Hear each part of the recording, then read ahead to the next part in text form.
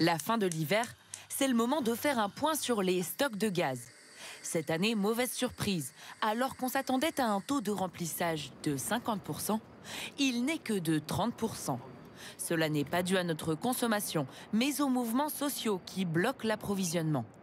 Depuis la guerre en Ukraine, les ports méthaniers sont notre principale source de gaz. Sur les 4 présents en France, 3 sont en grève. Les 2 de Fos-sur-Mer, celui de Montoire, et ce au moins jusqu'à mardi prochain. La campagne de remplissage des stocks, qui commence habituellement en mai, risque de prendre du retard. Même si les ports méthaniers reprennent leur activité d'ici là, il faut pouvoir accueillir le gaz acheminé. Or, les sites de stockage, eux aussi, sont en grève depuis 2 semaines. Comme ici, à Chemery, le plus gros site d'Europe. L'entretien des infrastructures indispensables au stockage du gaz est à l'arrêt. Doit-on craindre une pénurie pour l'hiver prochain ?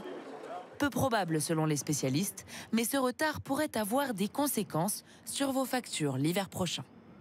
Si le blocage continue encore et qu'on rentre en phase de remplissage sans être en mesure de re-remplir les stocks, on ne profiterait pas des moments où les prix sont les plus faibles en été et on commence à remplir un peu plus tard et quand il y aura des augmentations de prix. La campagne de remplissage dure habituellement jusqu'au mois d'octobre. Le gaz stocké représente environ 30% de notre consommation.